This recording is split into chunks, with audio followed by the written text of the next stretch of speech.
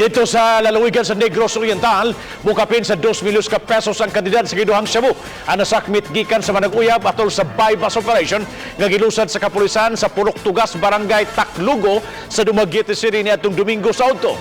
Gisikop sila si Shara Joy Libradilla, humandawata ang 15,000 ka pesos nga bypass money gikan sa poster buyer. Gisikop usab si Clintford Cabiana nga mo'y mitunol sa plastic nga giduduhang Shabu nga nagpakaroon ingnong adik ka nasakmit usab ang 26 ka plastic nga giduhang Shabu nga mukapin sa 2 milyones ka pesos.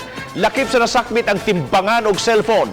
Gihulagway ni Special Operations Group SOG Chief Police Lieutenant Alin June Hermodo, ang team leader nga si Labradilla ang nalakip sa high value target sa PNP o PDS-7. Siyang gitumbok nga tinubdan sa Shabu nga mikatap sa Dumaguete City o sila nga ng mga lungsod sa masabakong dito sa Negros Oriental.